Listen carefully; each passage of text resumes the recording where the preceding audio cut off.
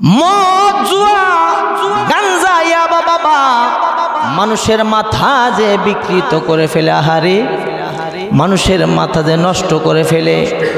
ওই যে খুলনার যুবক বাবাকে মেরে ফেলেছে, আল্লাহ নবী জনাবে মুহাম্মদুর রাসূলুল্লাহ সাল্লাল্লাহু আলাইহি ওয়াসাল্লাম বলেছে, মদ মানুষের আকল নষ্ট করে ফেলে। আমার আপনার বাবা আমার আপনার জন্য কত কষ্ট করে, কত পরিশ্রম করে জানেন নি গো বাবা? আমি একটি ওয়াকিয়া আপনাদের সামনে তুলে ধরলে বোঝা যাবে। ঢাকার শহরে পড়ালেখা করে সন্তান বাড়িতে আর যায় না, ঢাকার শহরেই থাকে। মা বাবা দুইজন দেশে থাকে, বিবি নিয়ে অনেক পাগল পারা। দেখা যায় ওই বাবা যে সন্তানের জন্য কত কষ্ট করে, ওকেটা আপনাদের সামনে তুলে ধরি। আমার ভাইয়েরা, বাবারা, ওই সন্তান বড় ডক্টর, ডাক্তার, উকিল, ব্যারিস্টার হয়েছে। মা বাবা বয়োবৃদ্ধ মানুষ, ওই কোনো কাজকর্ম করতে পারে না। এক পর্যায়ে দুইজন অসুস্থ হয়ে গেছে, জমি জমা অনেক ছিল, কিন্তু নিরুপায় হয়ে মা বাবা কেউ কোনো সাহায্য করার মতো ব্যক্তি নাই। এক পর্যায়ে বাবা সিদ্ধান্ত নিল, রিক্সা চালানো ছাড়া আমার কোনো গতি নাই। নাউজুবিল্লাহ বলেন। রিক্সা চালাইবে সিদ্ধান্ত নিল। মা বাবা যে আজকের আলোচনাটা যদি নওজোয়ান যুবকেরা আপনারা খেয়াল করতে পারেন আর নেশার মতো জিনিস যদি ছেড়ে দিতে পারেন, জীবন কি হয়ে যাবে? কামিয়াব হয়ে যাবে।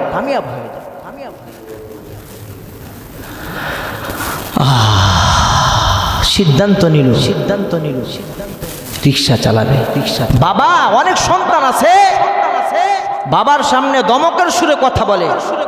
গত সপ্তাহে আমি হযরত মুআজের 10টা উপদেশ থেকে আল্লাহ নবীর হাদিসের টুকরা বলেছিলাম, লা তাউক্কান্না বিওয়ালিদাইকা ওয়া ইন আমারাকা আন তাখরুজা মিন আহলিকা ওয়া মালিকা।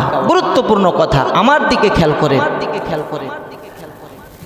মা বাবা যদি বালেগ হওয়ার পরে আং তাখরুজা মিন আহলিকা ওয়া মালিকা, পরিবার পরিজন থেকে, সমস্ত সম্পদ থেকে, এইভাবেই কোনো দোষ নেই। সন্তান বালেগ হওয়ার পরে বিতাড়িত করে দেয়, যাও বাবা তুমি এখন বালেগ, তোমাকে আমি কোনো কিছু দেব না। আল্লাহ নবীজি কি বলে জানেন? লা তাওক্কান্না, সাবধান, মা বাবার তুমি অবাধ্য হব না। সুবহানাল্লাহ বলবেন না? মা বাবার কি হওয়া যাবে না? অবাধ্য হওয়া যাবে না। সিদ্ধান্ত নিল। হে নওজোয়ান যুবক, শোনো, কান খুলে শোনো, মাইকের আওয়াজ যত দূরে যাচ্ছে। বাবা সিদ্ধান্ত নিল রিক্সা চালাবে। সন্তান তো ডক্টর, ডাক্তার, উকিল, ব্যারিস্টার। সন্তানের একটা সম্মান আছে, করবেটা কি? এদিক দিয়ে মা অসুস্থ, মাকে নিয়েও পেরেশানিতে আছে, নিজে অসুস্থ, বয়োবৃদ্ধ মানুষ। একেবারে মুখের ওপরে একটি কাপড় বেঁধে দিনের বেলা রিক্সা চালাইলে ডাক্তার সাহেবের বাবা মানুষ দেখে ফেলবে, সন্তানের সম্মান নষ্ট হবে। এই জন্য বাবা সিদ্ধান্ত নিল রাত্রের বেলা কি করবে? রিক্সা চালাবে। এরে সোনার গায়ের যুবক, বদ্দার বাজারের যুবক, সন্তান মা বাবারে বলে সুন্দরী বিবি পাইয়া ঢাকার শহর থাকে। বাবা সন্তানের ইজ্জত বাঁচানোর জন্য দিনের বেলা রিক্সা চালায় না গো, রাত্রের বেলা বাবা মুখের ভিতরে কাপড় বেঁধে ট্রেনের স্টেশনের ভিতরে গিয়ে বসে আছে। প্রচণ্ড শীত, শীতের দিনে আমরা বুঝি শেষ রাত্রে কত কষ্ট হয়। থরথর থরথর করে বাবা কাঁপতেছে। অনেক বছর পরে সন্তানের বাবা মায়ের কথা স্মরণ হয়েছে। ট্রেন দিয়ে বাড়িতে চলে গেল। ট্রেনের স্টেশনে গিয়ে দেখে কোনো রিক্সা নাই, কোনো কিছুই নাই। দূরে দেখা যায় একটা মুরব্বী মুখটা বাঁধা, থরথর করে কাঁপতেছে। ওই মুরব্বিকে গিয়ে সন্তান বলতেছে, মুরব্বি তো অন্য লোক না, নিজের বাবা, বলতেছে এ মুরব্বি অমুক বাড়িতে তুমি যাইবা কিনা? পিছনের দিকে তাকায় গো সন্তানরে দেখে বাবা চোখের পানি গুরু জারে জারে ছাড়তেছে।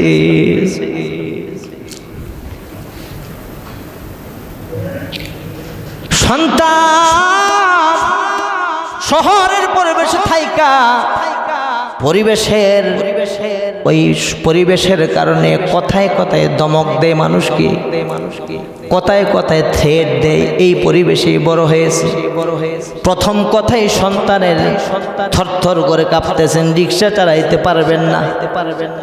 কেন এত রাত্র করে আসছেন? বাবা কোনো জবাব দেয় না। ওই বুড়া মানুষ পেডেল মারতে পারে না, তারপরও আস্তে আস্তে করে নিয়ে যায়। সন্তান তো প্রশ্নের উপরে প্রশ্ন যে আপনার কি অন্য কোনো সন্তান নাই? বিভিন্ন রকমের কথাবার্তা বলতেছে, থ্রেটের উপরে, কথার ভিতরে কোনো মাধুর্য নাই, ধমকের সুরে কথা। আমার ভাইয়েরা বাবারা, দেখা যায় গো এক পর্যায়ে মুরব্বী ব্যক্তিকে ভাঙ্গা রাস্তা পড়লে ধমক দেয়, ভালো করে চালাইতে পারে না, একদিকে পেডেল মারলে আরেক দিকে চলে যায়। সন্তান বিভিন্ন রকমের কথাবার্তা বলার কারণে আমার ভাইয়েরা বাবারা আস্তে করে ওই চেহারা থেকে মুখোশটা খুলে সন্তানরে দেখিয়েছে। সন্তান লাভ দিয়া রিক্সা থেকে নাইমা বাবার জড়াইয়া ধরে বলতেছে, বাবা আমার, ও বাবা তুমি কেন আমারে চিনেও? বাড়ি পর্যন্ত এই রিক্সায় করে নিয়ে যাইতেছ। বাবা বলে, সন্তান রে,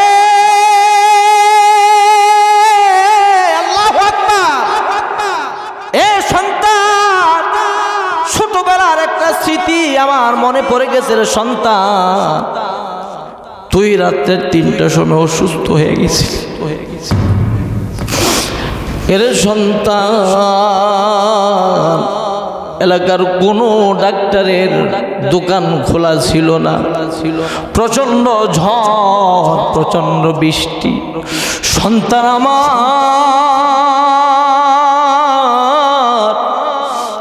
তোর মা আমারে বলছে ছেলেটা তো হয়তো মারা যেতে পারে। আমি বাবা কাপড়গুলো গুছাইয়া তোরে বুকে লইয়া আমি বাবা বিভিন্ন জায়গায় ঘোরাফেরা করে মাইলকে মাইল দৌড়াদৌড়ি করে একটা দোকান খোলা পেয়ে আমি তোরে ওই দিন বাঁচিয়েছিলাম। এতদিন পরে যখন আমি বাবা তোর চেহারাটা দেখছি, তোরে আমি ডাক্তার বানাইছি রে বাবা। এতদিন পরে যখন আমার সন্তানের চেহারাটা আমি দেখছি, আমি ওই দিনের কথা স্মরণ করে আমি নিজে নিজে মনে মনে সিদ্ধান্ত নিলাম রে বাবা, আল্লাহু আকবার, আমার সন্তান এতদিন পরে বাড়িতে আসছে। আমার সন্তান ডাক্তার, ইজ্জতের কারণে আমি মুখ বেঁধে রিক্সা চালাই, বুড়া মানুষ। আমার আরেকটা সিদ্ধান্ত নিলাম, আমার সন্তানকে আমি এই আমার বাড়িতে আমি হেঁটে হেঁটে যে যাবে, আমি এটা করব না। আমার সন্তান এতদিন পরে আসছে, ভুল করুক, ভালো করুক, মন্দ করুক, আমারই তো সন্তান। আমার সন্তানকে আমি রিক্সায় করে, পালকি করে আমার বাড়িতে নিয়ে যাব। যে মায়া মায় দুধ খাওয়ালো পুরনো সদিন, কেমন করে শুধু বয়ামি ওই না দুধেরি। মা বাবার কষ্টের বদলা কি দেয়া যাবে?